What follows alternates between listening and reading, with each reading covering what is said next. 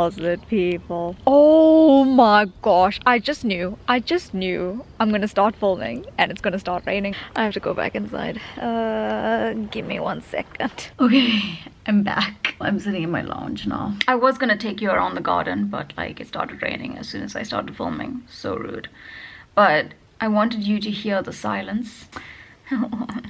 Hear the silence, if you know what I mean. I always forget how lucky I am to live here in this peace and quiet. Like you literally, you would be able to hear a pin drop here. All I can hear is the dogs like playing with each other and a random hardy-dar now and then.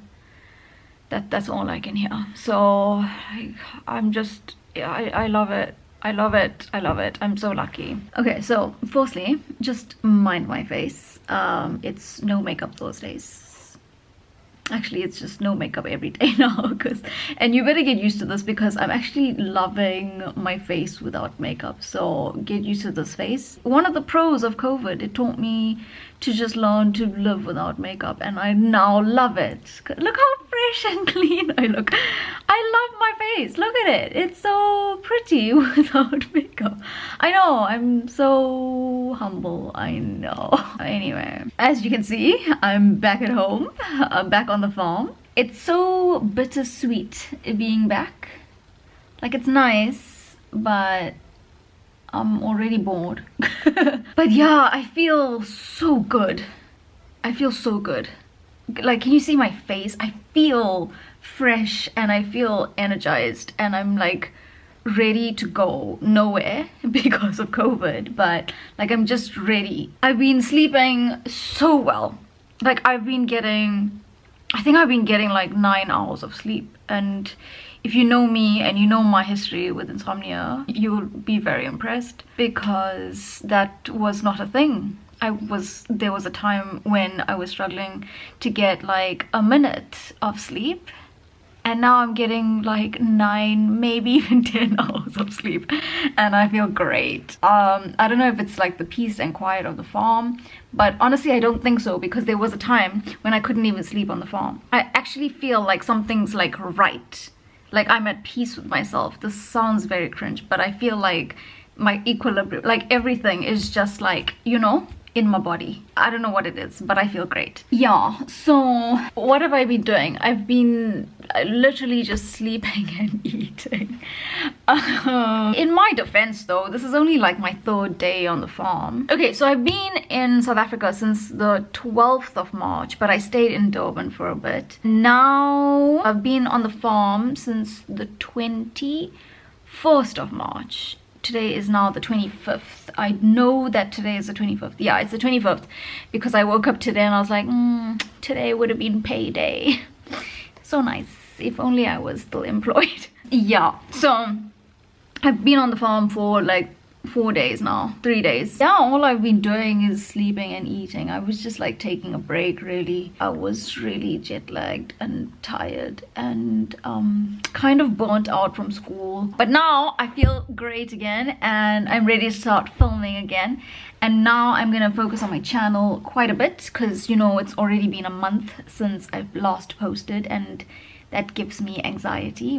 Like if I go 2 weeks without posting on my channel, it gives me anxiety. So you can imagine what 1 month is doing to me. Which reminds me, some of you have been asking where's my video with my parents. It's coming, yo. Hold your horses. It's coming. Give me some time to just relax, gosh. So you still have some time. If you haven't sent in your question as of yet, you can still do that. A lot of you have been asking me like, have I come home permanently? Am I going back? What am I doing now with my life? Listen, don't ask me that question. I'm still trying to figure it out, okay? So I don't know if I'm here permanently. It's getting hot now. So I don't know if I'm here permanently or if it's a temporary thing or what. But all I know is I'm here now. And I'm just gonna go where the wind takes me, or should I say where the COVID takes me, because like that's what controls our lives now, COVID. So we'll see, hey? And honestly, when I know, you'll know, because whatever happens in my life, I document it. So don't even ask me, just watch my videos and you'll know where I go. That rhymes. 100% I'm gonna get bored very soon. Very, very soon. I'm already like itching to travel again, but I can't because I'm stuck here because of the pandemic. So for now, at least for the next 6 months or so, I'm here, and I'll be focusing on my channel, and that is my plan. Home and focusing on my channel. Oh, also, my god, my flight home. Believe me when I say I've been flying for a very long time. This flight home during this pandemic, it was the smoothest flight I have ever experienced. Like, even better than all the flights pre-pandemic. This was the smoothest flight. I was sitting and thinking, like, when is something gonna go wrong? Because you're flying during COVID. Like, I just expected to hit the fan. I was just expecting the worst all the time. But nothing was going wrong. And nothing went wrong. Like, I got to Durban so safely. It was the most wonderful flight I've ever had. So basically what happened was I had two options for a flight. I had Qatar and I had Ethiopian Airlines. And no offense to Ethiopian Airlines, but I'm pretty sure I don't even need to say which flight I chose. So Qatar, all I had to do was like fill in some form with just my general information, and I had to hand that in at check-in. And then it was so wonderful because what they did was, I don't know if it's their policy or what, but basically they never had like a full flight. They had each person have their own row. Wonderful. I basically paid for an economy flight but got business class space. I slept the whole way from Korea to South Africa, both legs of the flight. I ate my meal and then I went to sleep. I didn't even watch a single movie, not one. Usually I'm watching movies the whole way because I can't sleep, but I had a bed this time. I mean, I had 3 seats, but it was a bed. It was wonderful. It was wonderful. I want to go back.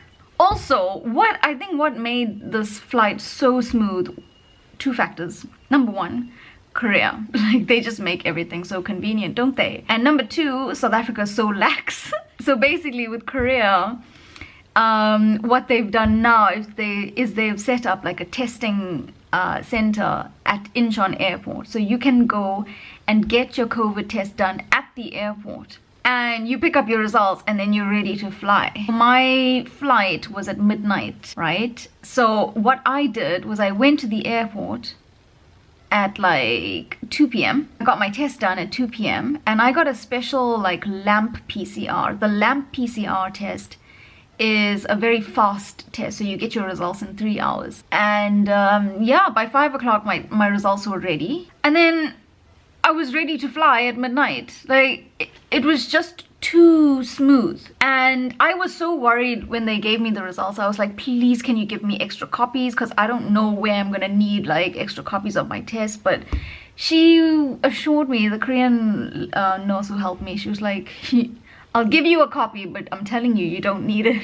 And I was like, okay. Yeah, and she was absolutely right. I did not even need to produce that test until I got to South Africa. So I literally just needed that 1 copy. Yeah, I literally just needed that stupid form for check-in at Qatar, and then I needed my test results, and that was it. That's literally all I needed.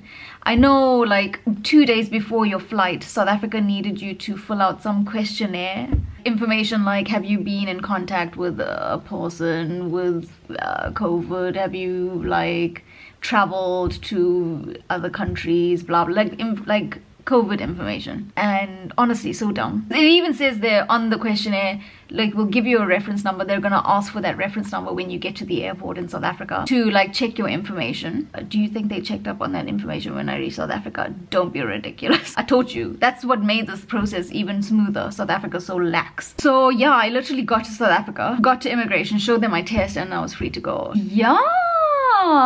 So that was the flight home. It's so weird being home now with COVID, because like my body got a shock. My body got a shock at how lax South Africa was. Like, I'm coming from Korea, where Korea is just so strict when it comes to COVID. Like, I remember once I was in a coffee shop just in my last few days in Korea, and they were literally patrolling. They were literally patrolling in the coffee shop to make sure that your mask was on at all times. And in Korea, it's like really, really strict that if you are sitting down, you don't take your mask off until that first bite or that first sip of your drink is in your mouth. But here, that is not the case at all.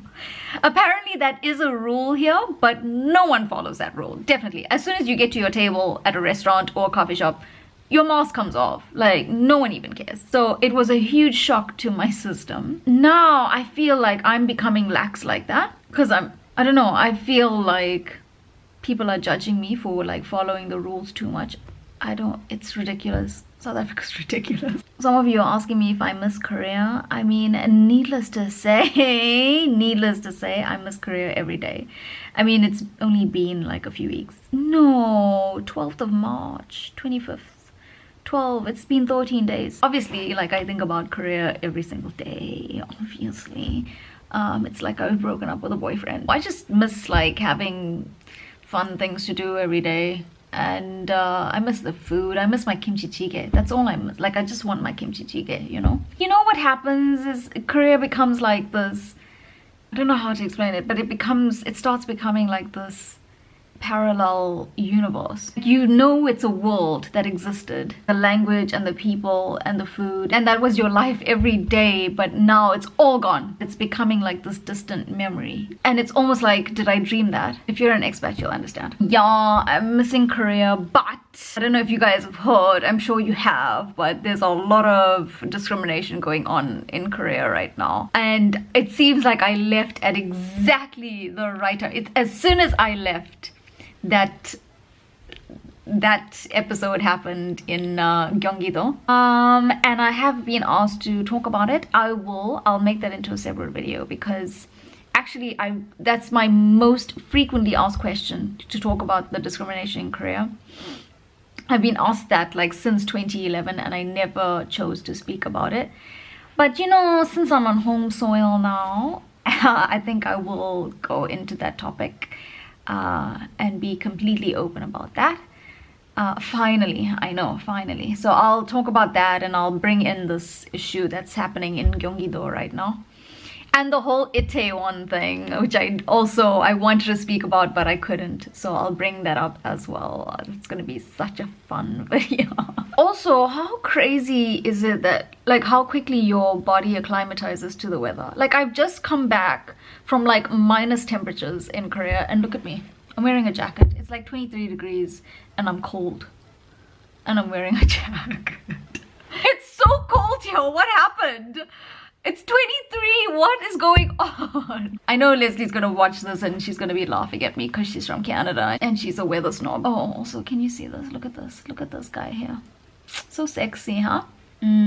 You know what this is? So my gran sent me a bottle of mango pickle. I don't know how I can like explain my relationship with mango pickle to you. It's like obsessed, but a little bit more obsessed. If she sends me a bottle, I'm quite happy to just eat the whole bottle. Not the bottle, but the bottle of pickle. Like, I'll just sit there and eat it like a snack until it's finished. I don't eat pickle with a meal. Like, I'll just go to the fridge and eat pickle. And that's pretty much what I did. And now the oil has manifested itself into that. But you know what? It was worth it. Because my Grand's pickle is the best. It beats your Grand's pickle, I'm telling you. You can fight me, it's fine. I'm just salivating talking about it. I think I've spoken about everything. I'm back at home, I'm sleeping fine. What I've been doing, which is nothing. I made notes, because, you see, I'm such a good YouTuber. I made notes. That's about it, eh? I hope you're ready for videos, because I'm gonna be pushing them out full-time now. That's my job now. It's weird. I'm just a South African YouTuber now. That's my title now. It's really weird. It's really weird. I wanted that for so long. I wanted that to be my title for so long, and now it's my title. I'm a South African YouTuber. And but now when I say it, it sounds really weird and really scary, because it puts a lot of pressure on me to like push videos out. Oh, my back. I hope you're ready for more videos with my parents. I don't know if you can hear my mother babbling in the back there. I'm so excited to see my channel grow. We're like closing in on 9,000 subscribers, which is very exciting. I want 10,000 by the end of this year. Very exciting. And then from there, who knows where we're gonna go. You and I will know because we're in this together. Oh, that was so sweet what I just said. All right, I'm gonna go. I just wanted to update you.